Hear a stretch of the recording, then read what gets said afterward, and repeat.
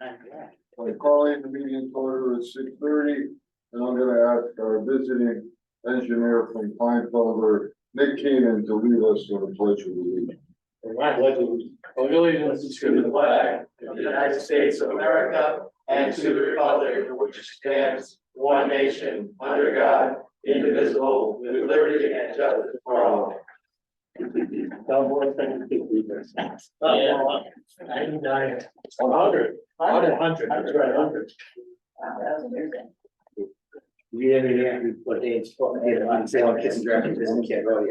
Motion that the Board of Variant Purchases accept the letter from B&W Paving and Landscaping LLC dated September 25th, 2023, withdrawing their bid for the downtown sanitary, stormwater, and streetscape improvement. Second motion? We have a motion and a second. All right, so by way of background, as I'm sure almost all of us know, maybe the new Burgess who don't know, but downtown Naugatuck was one of the first towns to actually have a stormwater system and a sanitary sewer system. And we have a lot of old pipes. There's been a lot of changes over the years. They're not really clearly delineated in what we would call normal as-built drawings showing where everything is. The pipes are old, some of them are deeper than they have to be, and it's kind of a mess, which is why we're fixing all of it together to solve existing problems and to pave the way for downtown development. So the first bidder, B&W, who, by the way, was the low bidder on Rubber Avenue and the downtown project, in part, made some mistakes, and, you know, couldn't, and by the way, there's arguably some mistakes on our part because some of the pipes are deeper than we anticipated, and arguably they bit off more than they could chew by going for two big jobs. So they asked to withdraw. We felt, and I say we, Nick Keenan, our engineer, and I want to compliment Nick and Kleinfelder. They're not only competent, but they're very responsive, and I really enjoy working with them. And of course, Jim Stewart, and we felt it would be appropriate to allow them to withdraw. We then went to our second bidder, Waters Construction, who also found some extreme problems and made it pretty clear in our discussions with them that they were not the best fit for the job. The third bidder, Fuji, spent the most time on their plans, submitted great plans, does jobs like this. They're not intimidated at all by the job, and they really want to do it. So we felt that the best course of action was to let B&W do Rubber Avenue, which they're excited about, allow them to withdraw, allow Waters to withdraw, and to go with the outfit that we felt is most capable, Fuji. So that's the background. I'll just say, Nick or Jim, do you want to add anything to that? That pretty well covers it. We do go through a pretty rigorous due diligence process with these bidders to make sure that they're qualified for the work and that they're ready to get work done. And through that process, identified some issues with their bids and subsequent withdrawals. And I think it's the right move. What was the difference between the two teams that withdrew? What was their bid amount versus? It's big. So it was about 1.5 million. The actual bid that we're accepting is about 500,000 more than what we estimated. So it's not far off what we think the job is worth. The first ones were lower, But it became apparent they were unable to do the job for that price, and that they would have claims for, call it extras, whatever you want, for having to dig, a lot deeper because the pipes aren't where we thought they were. Yeah, I mean, our discussions with those two contractors, immediately they were backing out of their bid, so. In my opinion, they both made a mistake and were trying to figure out a way to get out. Now, so did obviously like the third bidder know that those two backed out, so could potentially say, let's charge a little more, or let's put in. No, because that's his bid. He Okay. did know, He was an original bidder. we met with him. Okay, this wasn't like, this By the wasn't, he came in after. And by the way, the fourth bidder was like 2 million over the third, and the fifth bidder was another 2 million, so it's sort of like the bid that we're accepting was actually the closest to what we felt in the middle, and they are qualified, and it just seemed like the best fit. Do you anticipate any additionals on this bid? Are they well aware of all the parameters and the issues on this project? They're comfortable with the design, with their bid, so we're comfortable going into it, not expecting any major issues or extras. I mean, there's always You never know. issues that you run into when you have construction.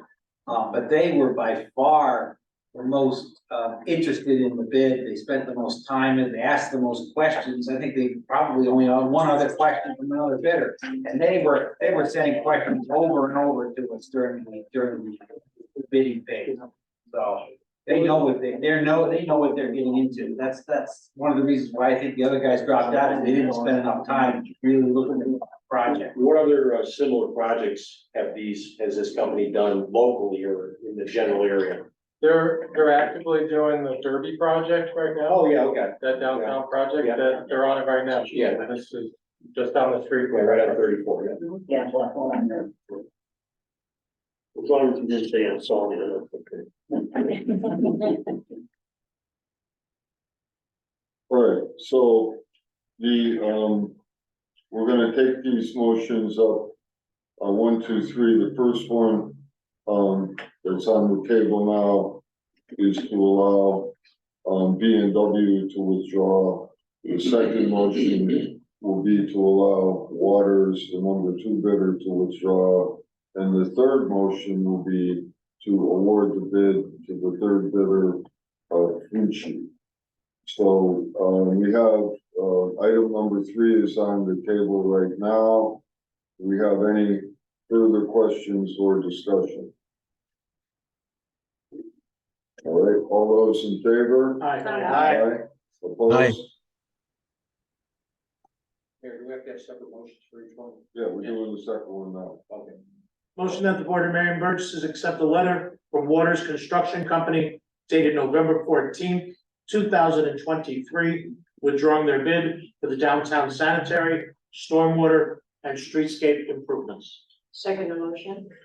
All right, motion and a second, this same discussion, this is the number 2 bidder, and exactly what we discussed with, B and W.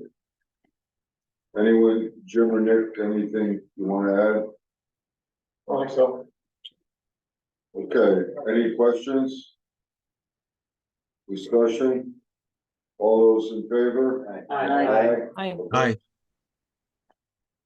Motion that the Board of Mayor and Burgesses approve the bid with C.J. Fucci Construction Company, 63 Russell Street, New Haven, for the downtown sanitary, stormwater, and streetscape improvements in the amount of $12,244, as recommended by Public Works Director James Stewart.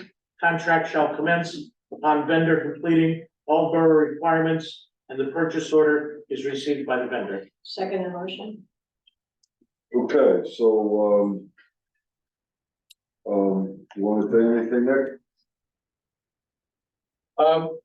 No, I think we really covered it, so CJ Fucci, we did the due diligence, we spoke to the references, we looked at, the recent work they're doing. I actually went down to Derby and inspected the quality work that they're doing down there. Very similar project. Like Jim mentioned, they were the most prepared during bidding. They asked the most questions, detailed questions, so I think they're the most comfortable with the project of the bidders. And their bid came in where we expected it to. Yeah, and they were eager.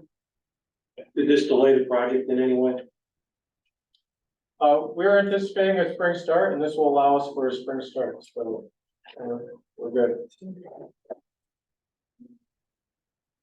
Okay, any further questions? Discussion? All those in favor? Aye. Opposed? Aye. All right, so, item 6, I'll take care of this, Rocky, here, if you don't mind. No problem. Concept design for parcels A and B, major hub development project, discussion possible action. So what I'm gonna do, and by the way, we're having this meeting tonight, special meeting. We're gonna go through a lot of material. I'm sure there's gonna be some questions. And, you know, I don't want people to feel rushed at a regular meeting where we have to do 25 things. So now let's just remember our project that we just awarded to Fucci is, we'll call it Downtown Phase 1, which is basically Church Street and Water Street. And we've gone over those drawings. Church and Maple. Church and Maple. And we've gone over those, you know, in the past, and we've looked at all those drawings. So the parcel A and B downtown hub project, and remember, we received a $6 million grant from the Connecticut Community Challenges to help us with this project, is essentially to do Water Street. You know, in other words, what used to be Water Street is going to be a new street coming into the new train station. And by the way, we have up on the wall, and you'll see them in the slides as we go through it. This is the latest rendition that CONDOT has prepared for the downtown Naugatuck train station. So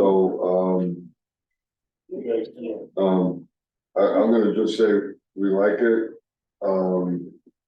It's a lot better than what they started with. You know, they're building it on their dime, and it's functional, it works, and there are a few little things we're working on with them. They're not really relevant tonight, but we'll be talking about those later. So here it is up on the screen for everyone on Zoom. So this is the new downtown Naugatuck train station and train platform. Okay, so let's go back to the first slide, the overview slide. So the project we're talking about tonight is Maple Street, it's Rubber Avenue, you know, basically from Old Firehouse Road, you know, down to the wall and down to Water Street. It's Old Firehouse Road, and it's also a new road that will be built from this train station, train platform that we see in front of us out to Old Firehouse Road, right in the middle, including amenities and things of that nature, which are tied into the look we have on Church Street and Maple Street. So that's the overview. And if you're looking at the map and you can see it on the bottom, the DOT railroad parcel, that's essentially what you're looking at in the pictures, the Connecticut Rail renderings that are on the wall. You see the 3 proposed Penrose buildings, and you see the road network. And what we're gonna do tonight is we're gonna have Kleinfelder take us through their preliminary design. And we're gonna talk about it as, you know, everyone asks questions. I think there's a few questions they wanna clarify with the board. And then we'll be calling for a motion to hire them to essentially finalize this design with any adjustments we make to it. So with that background, who's gonna go first? Nick or Mike? So Mike's gonna start us off. Okay, So everybody, this is Mike Segan of Richter and Segan, who are the landscape architects on the project. Kleinfelder's been working with Richter and Segan on both the downtown project and the preliminary design of its phase of his parcel A and B, to develop the streetscape aspects of the project. Thanks, Nick. Good evening, board. As the mayor mentioned, we'll be addressing, the preliminary design, streetscape design for parcels A and B. And what's interesting here is as we started this project, we had three basic objectives. One is to continue and integrate the streetscape character and feeling that we developed on the downtown phase one project, it's Church and Maple, continue to integrate that into the new area. Secondly, we wanted to take and tie together all these various parcels, the parcel phase 1, 2, and 3 of parcel B, the parcel A area, and then the rail station parcel as well, and we'll talk about that as we get a little more into it.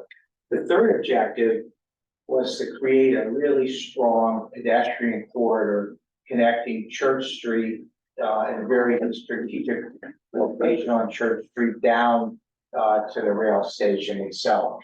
And I'm working the laser pointer, Rachel, as well. So those were the objectives. Next.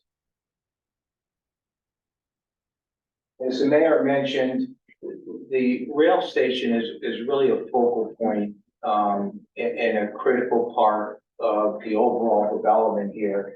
This is, as you mentioned, the architectural rendering of the proposed building.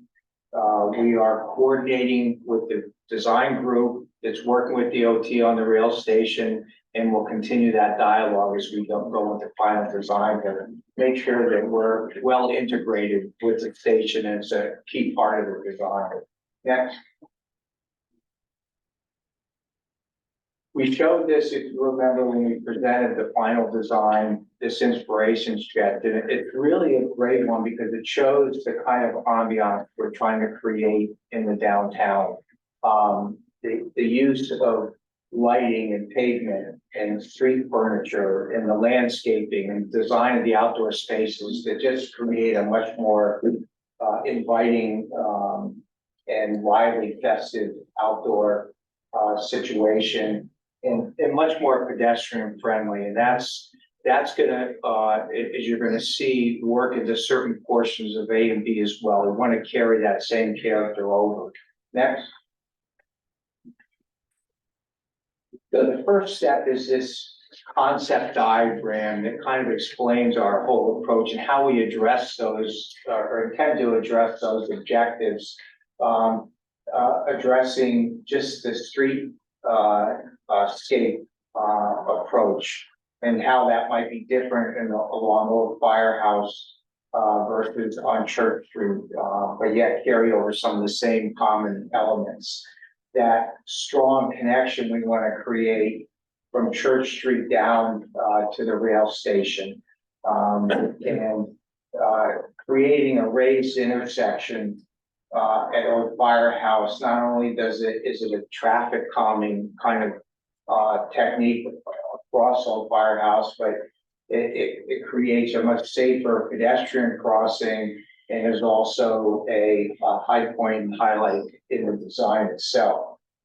And we also look at all these intersections And they're all offering something unique to the streetscape experience, and we'll go through some of those details as well. And then all the adjacencies around these parcels and interfacing with both the rail station group, the parcel B, and eventually the parcel A group as well. Next. This is the concept plan that evolved from that, and you can see a lot of the streetscape elements that are spilling in, and the repetition of street trees and some of the streetscape elements that are in the phase one design as well. You know, focusing first on our treatment at Old Firehouse Road. It's very different in feel than certainly the downtown Church Street. So we took a slightly different approach there. We're looking at taking that, there's some kind of historical use of flowering cherries on Firehouse. And what we're doing is taking that idea and literally extending it in a much stronger way up and down the street. And then both using existing trees that are there and adding additional trees. So every other tree is a canopy tree pulled back. And what it does, it actually creates an alley along the road. And the flowering cherries create a unique kind of event that'll happen every spring here and kind of identify this area. So we're really going with that, that kind of concept. Next, Rachel. And this is just a cross section across Firetown. Here's the cherries that'll be planted along the outside edge, and the canopy trees just pulled back. Many of them are already existing, or some of them are. We're taking advantage of the existing mature trees. You can see the alley effect that it creates in the concrete sidewalk. There'll be new sidewalks, and then our street tree element will be repeated throughout this area at regular intervals. Next. This effect already occurs in a very short section right behind Ion Bank. You can see the existing trees, canopy trees back from the road, and then it's the cherries that are along the road. There's only a few left. Many of them are very poor shape and will be replaced. They'll be replaced with a much better flowering cherry that's a much better street tree. So that it's much more durable, much more longer lives. So that's the kind of effect we'll get. And then the canopy tree that's shown on the very right will be pulled back from the road and kind of create that effect along both the entire length on both sides, but also down some of the side streets as well. Next. And then there's a significant amount of interference with the parcel B development, both the streetscape and that initial landscaping just inside the parcels. We are coordinating with this group on a regular basis, and we'll continue that discussion through the final design to make sure that the landscaping around the perimeter of the property supports our streetscape concept, and we're all kind of coordinated working together. Next. Then we talked about that important corridor connecting Church down to the rail station. What it does is it really creates a new sort of east-west urban space, and a lot of the streetscape elements continue down through that, and again, just creates both a pedestrian connection, but I think a really strong visual connection from Church to the rail station itself. Next. This is an enlargement. It's actually turned 90 degrees. Church Street is here. If you continue down here, the rail station would be down over here where my pointer is. And here's that corridor they're creating, the raised intersection. Up at Church Street itself would be a kind of gateway feature. We're still working on the concept now. It makes an announcement on Church Street and would provide a strong entry to the corridor, but also an entrance into the municipal parking lot as well. A much nicer, more effective, entrance. Those existing mature trees that are here would be saved and outline the path. And two large mature trees as well will be framing that whole, walk down. And here's where we would be I would say repeating is probably the best, the streetscape elements, the brick pattern would continue down, across the raised intersection and right down, towards the rail station. We repeat the street tree program, the ornamental lights, the overhead, catenary lights, streetscape furniture. So all those elements would continue through this corridor and make that connection. Next. Can I ask a question while you're on that slide? Sure. The corridor, it appears that it might take parking spaces from the commuter lot. Yeah, we modified just the area up here. And we do lose some of the parking spaces here, but there's no net loss in the project area. We've added parking spaces along Firehouse. And the width of that sidewalk, I mean, if we're gonna have hundreds of people down there, hopefully coming into downtown, I'm assuming it's gonna be wider than a normal sidewalk. It is, yes. And again, as we move into final design, we're gonna be refining all those elements, but that's exactly the intent. Thank you. Yeah. Next, please. So I put this back in here because that's again, the effect we're trying to get down that corridor is continue the lighting and the benches and the special pavement and the special lighting effect, both the overhead and we've got some great opportunity to light the trees that are along the edge there as well. Next, please. If you're familiar with this area, you're also familiar, there's a nice, big, beautiful transformer that sits out in the sidewalk, right at our gateway. Very nice. It's very nice. But we have a way, we're looking at that to turn that into an asset in the project, and we'll show you that shortly. But the next photograph, or the next slide, is a photograph from across the street looking in. And here you see the transformer, and here's where the walkway will be. So it's just to the right of that, and it's framed by these trees. So you come in and both come into the municipal lot as well as extend the rail station would be literally where my pointer is here. And so we're looking at a way, we really don't want to move this either way, because here we have to provide access into the building behind the building. Here's our access walk down our corridor. So what we'd like to do is we're working with Eversource to move this back, and then create a way in our gateway that we're talking about creating here is to incorporate some sort of screening in a way to block the view of this.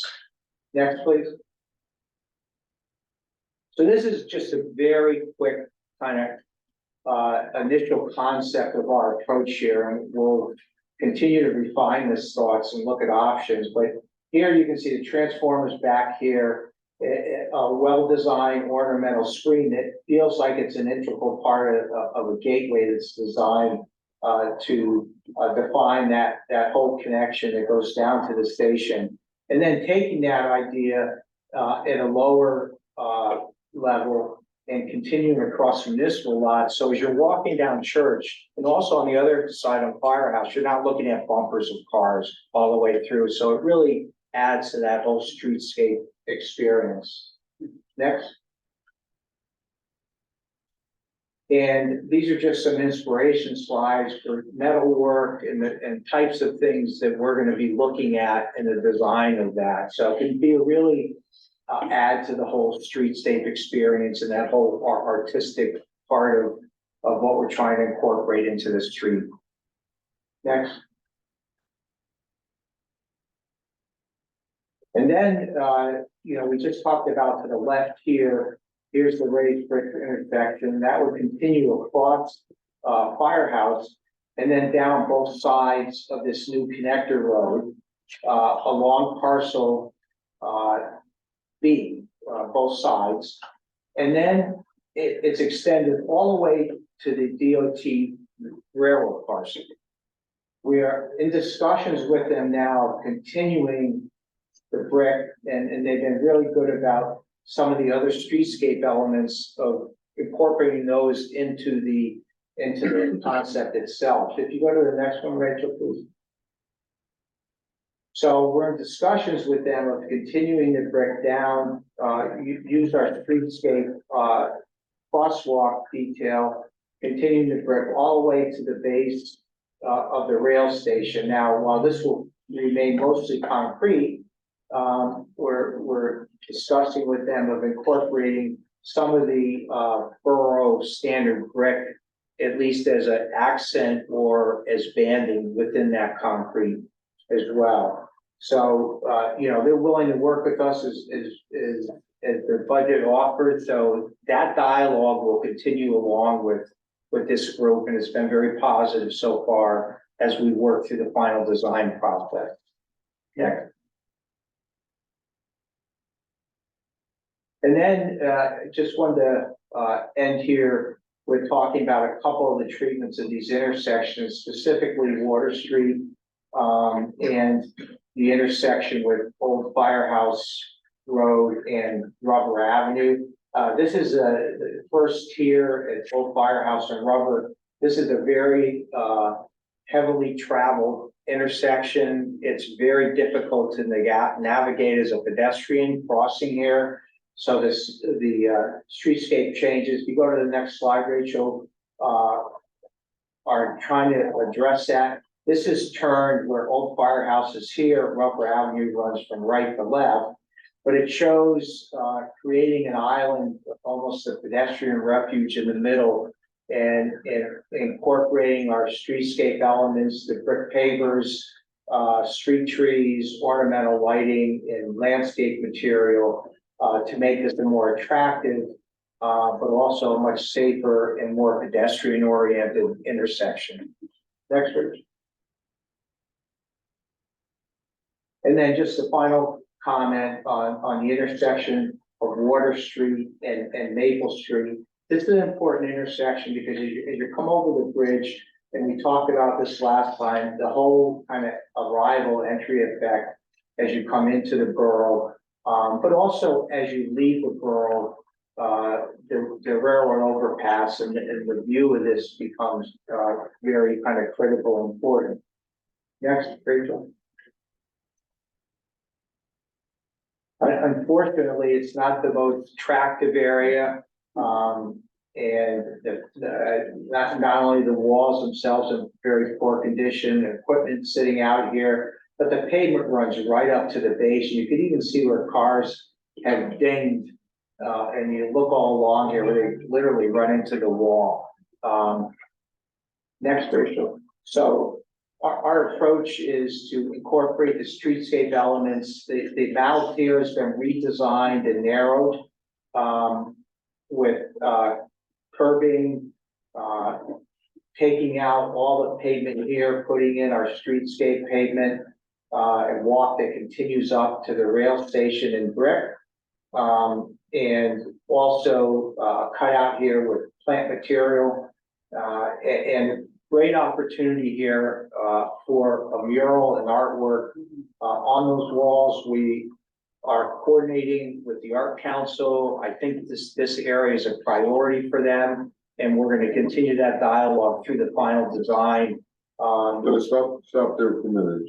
So along those lines, we've been working with our Arts Commission, and they are working on a mural project where a professional artist would ultimately be working with our design team to come up with a plan to, I'm gonna say, start off by addressing that wall, knowing that, there's other walls that maybe we'll get to later, but this is the most critical one that would be an eyesore if we didn't address it. And we have some new members on the Arts Commission.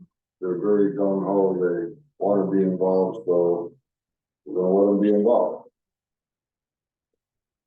And that trestle, I'll just say, all of us are gonna have to work to make sure that we find a way to address that, because we can't have that unsightly trestle in the middle of all of our other improvements.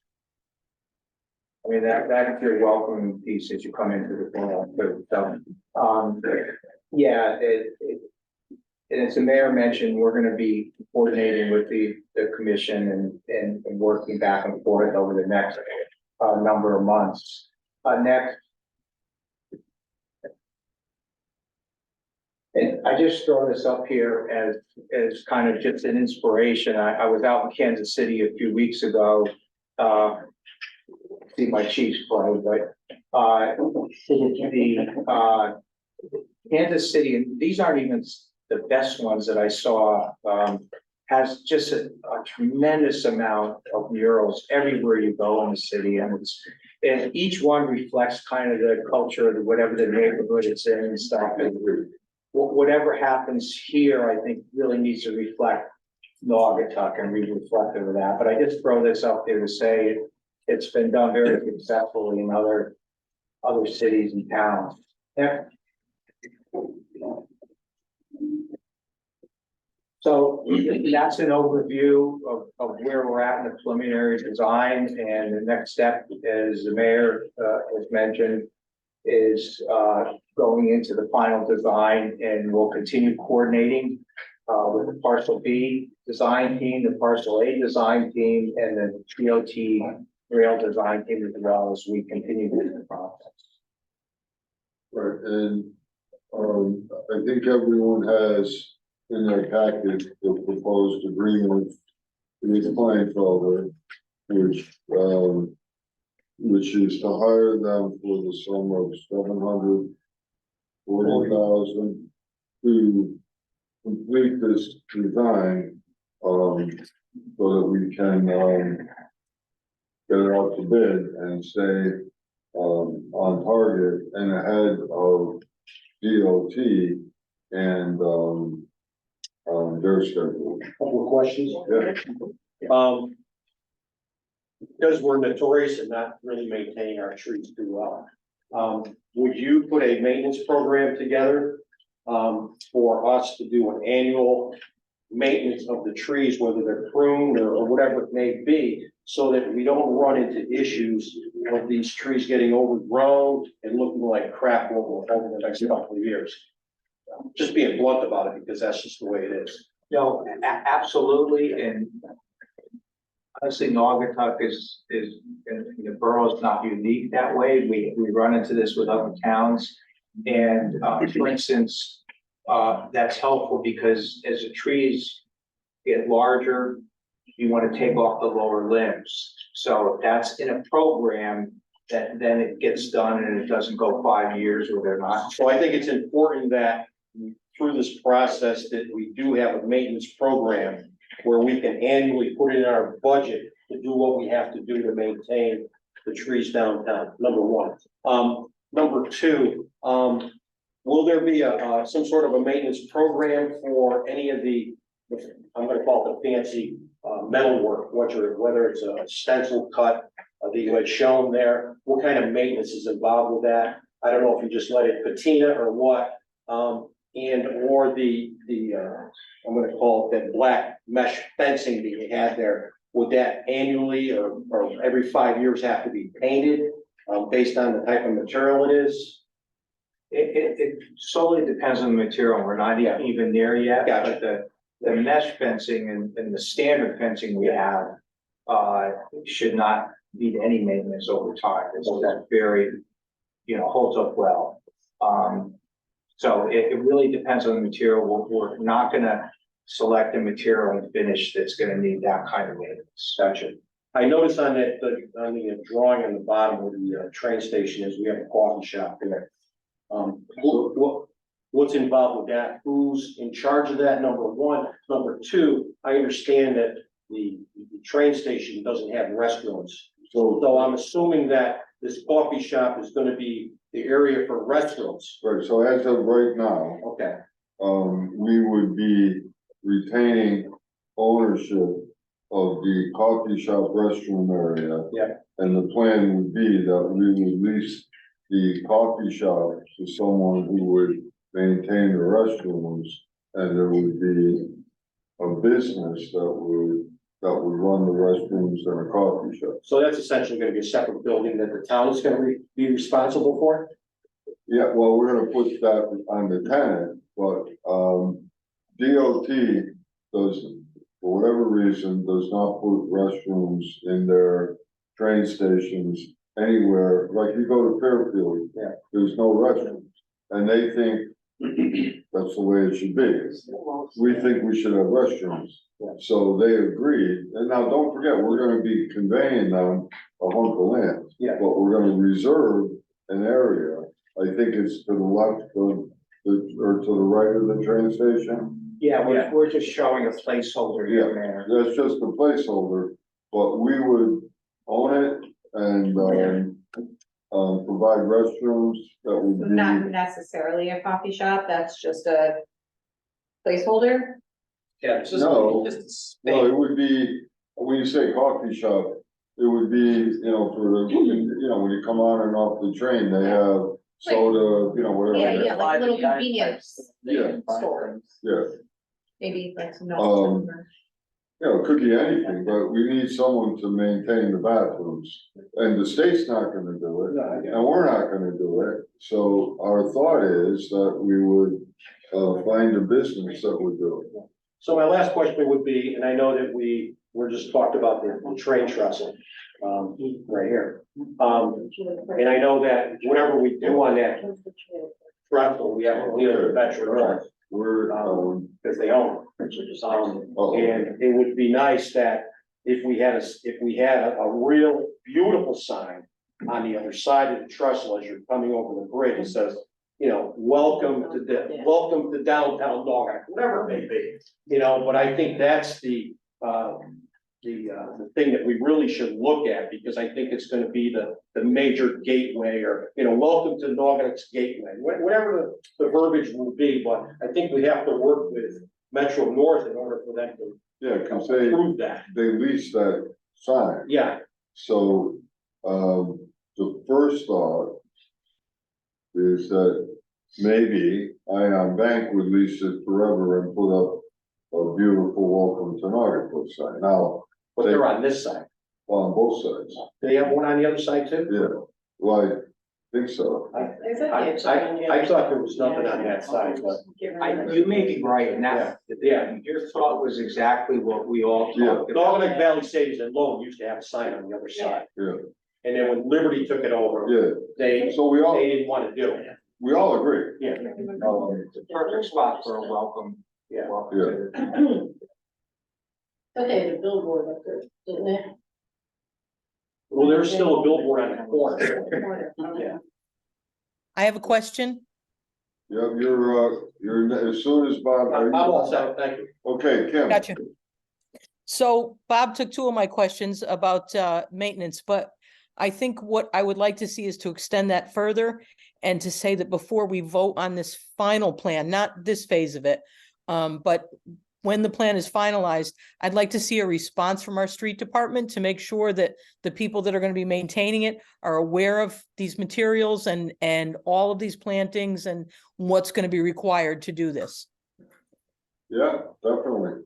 I would think that we've done in the past, is they have an outside tree guy that would actually come in and prune it, so we would hire a professional to do it, and we wouldn't keep it.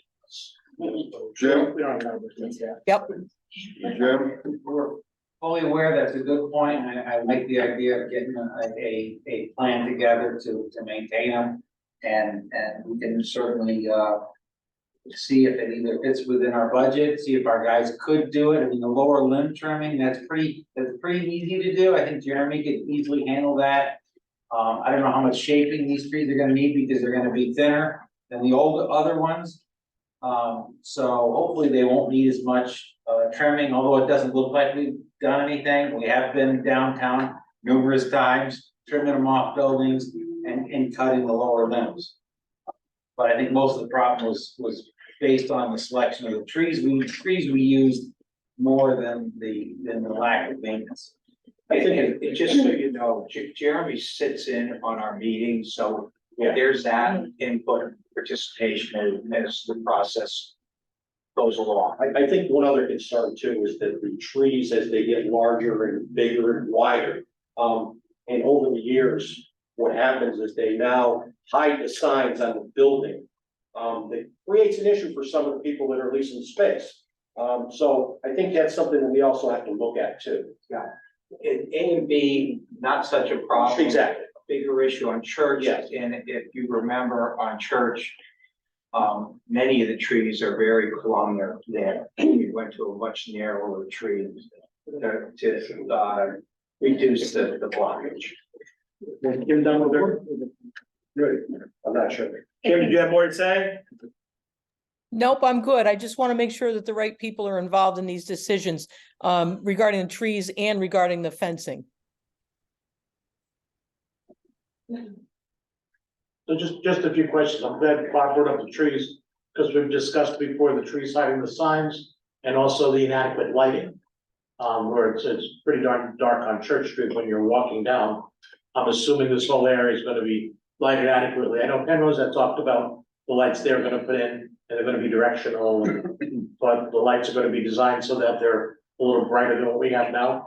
Yeah, we have there'll be a full, photometric lighting program, street tree lighting program for A and B like there was for Church and Maple. And the town is gonna be responsible for all of these trees? Everything even along the railroad station and, Well, These are within the DOT parcel. I don't know if there was a maintenance agreement, Mayor, with. Yeah, they haven't suggested that we're responsible for their trees. We just want consistency. And I now. doubt that they'll take care of them. I don't know for sure though. They are installed, that's part of their development, so they're paying them. And my last question is signalization. Any, the traffic controls, will there be new lights, will there be new stop signs? You know, the area at Water Street and Maple is pretty darn bad. You're trying to take a left out of Water Street to go over the bridge, that's where the accidents happen.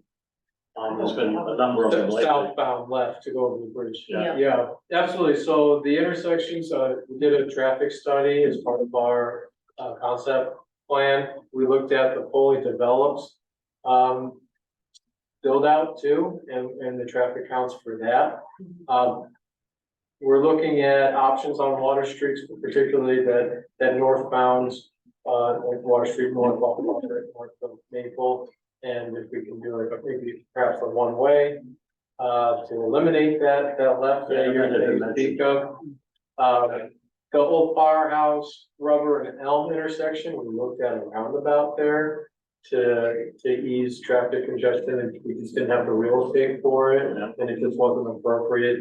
You don't want to run the risk of trucks overturning because you have a really small roundabout. It was better to preserve the traffic movements as you have them, keeping that rubber Ave eastbound movement clear. You know, there's no stop on rubber Ave as you transition to Old Firehouse.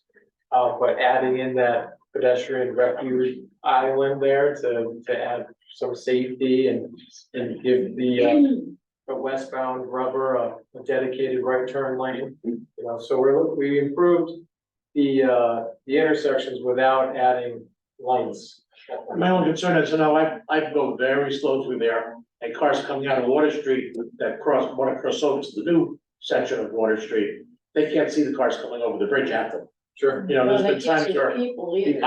I've got close and cars have come out, Yeah. right at my side. I personally, had an accident. Yeah. So I'm trying to take that left. So, all right, thank you. Even for pedestrians in that I don't area. need to take that left. I have to go that way to go home, and if I'm coming that way, I take a right, and I'm like loop Yeah. around. I won't even try to take a left off Water Street anymore. So it's something we're evaluating. Thank you. In general, I like the concept of what you have here. You know, people have to remember that our downtown area historically was developed to meet the needs of people coming out of a factory. It's on the very land where parcel A and parcel B stand.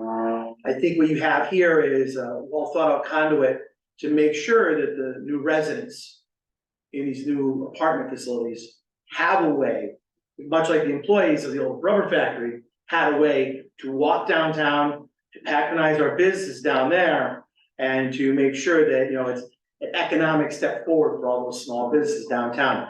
I like the way the flow works, I like that walkway you put in, particularly appreciate the raised walkway that you have, because people do need a reason to slow down, and unfortunately, it's not always a pedestrian that gives them a reason to slow down, so I think that'll be a good idea. Love the improvements on the entrance point to Rubber Avenue from Church to slow people down. I think studies have shown that when you narrow a road, people drive more carefully and tend to drive more safely. So I appreciate that indeed. A lot of the concerns about the trees have already been mentioned. I know you're gonna use elms for your canopy trees. Is that correct? Was that what I saw listed there? It's a camper, not campground elm. It's a different type of elm, not the American elm. Not the American elm, because I know they're prone to blight, and that could be an issue later on. So we don't want It's our not branches that rotting and falling and such. There are some varieties now that are resistant, but we still are skeptical about using those, so. But in general, my feeling is, I like this as a starting point. You know, you bring up a good point, and maybe I didn't emphasize it enough. This quarter, while the focus is the rail station, it really is to provide that strong connection to the parcel being the residents there, to bring them and to the merchants, more traffic on Church Street as well. So that was a good point. There's some sort of a watering mechanism for these trees, for the fact that, a lot of times over time, the roots will want to come to the top because they have water at the bottom. Now you start heaving sidewalks and things like that. Is there any type of, You can't put an irrigation system in. We've done that on a few jobs. It is at a larger cost. oh, I'm sure there's. But we have done that for that very reason. It'll also, we find the trees, especially the first few years, do so much better through the hot, dry summer months as well with the irrigation system. So it is an option, it just has a cost to it. Yeah, they're proposing, at least on Church Street, for special soils underneath the sidewalk that allow the roots to grow under the sidewalk and not use the sidewalk. What happens is the roots use standard process underneath the sidewalk. The roots go in between the sub base and the sidewalk and push it up. So that if you provide them someplace to grow, then they'll grow down deep. Yeah, that's a good point too. We have structural soil extended out from the tree pits, because the tree pit itself is not enough to support a tree more than 3 or 4 years, maybe in the tree pit, sometimes even less. So the structural soil, it's structural because it'll support the pavement up above, but it allows the tree roots to grow into it. And we do have pipes that get air down, you know, below the concrete that's above, and you can, you know, manually water as well. You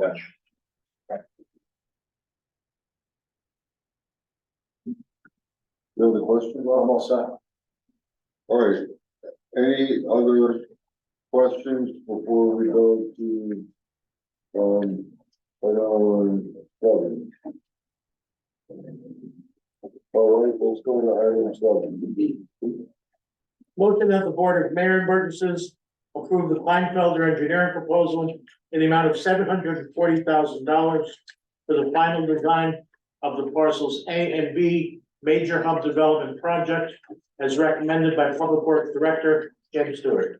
Second motion? Jim, is there anything you want to add? I think we covered it. We covered it especially well about how great it is to work with Kleinfelder and Rick Seegan. They've been extremely professional, very thorough. and ranking among the best engineers and actually architecture firms I've ever worked in, so. Thank you. All right, we have a motion, any second? Yep. Any questions? Any discussion? All those in favor? Aye. Aye. Opposed? Item 8, Motion to adjourn. In the motion. all those in favor? Aye. Aye. Aye. Opposed? Aye.